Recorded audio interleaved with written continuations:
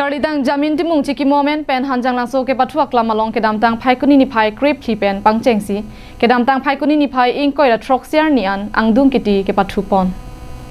Kongching Football Club la pen hanjang langso Sports Association atum chepatir piponsi second winter football tournament Karidang jamin timung chiki moment pen hanjang langso ke pathuak lamalong mesen pen angdung kiti ke pathupon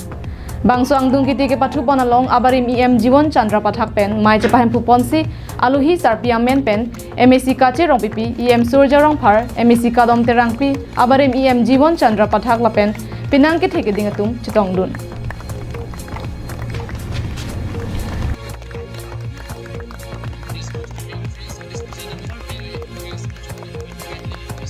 Angdung kiti ke pathupon along Kongching Football Club la pen Dongkam Football Club atum angbongsi pathupon lo ke pathu ke chenga hut anke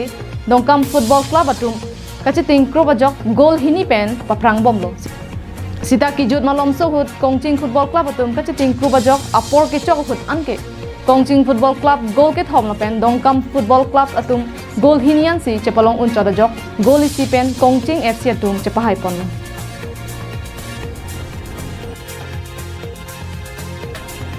Ranar Javanong ia barem EM Jiwan Chandra Pathak lapen Minika Hansip ya tumari deng pensi pajer ponlo lapen ki haya tumapani EM Surja rong phar lapen MSC kadom terang pia tumari deng pensi pajer ponlo Best goalkeeper Dongkam FC lapen man of the match lapen higher scorer ke Kongching FC tumsi chepalong ponsi Insamjin pen pachun ponlo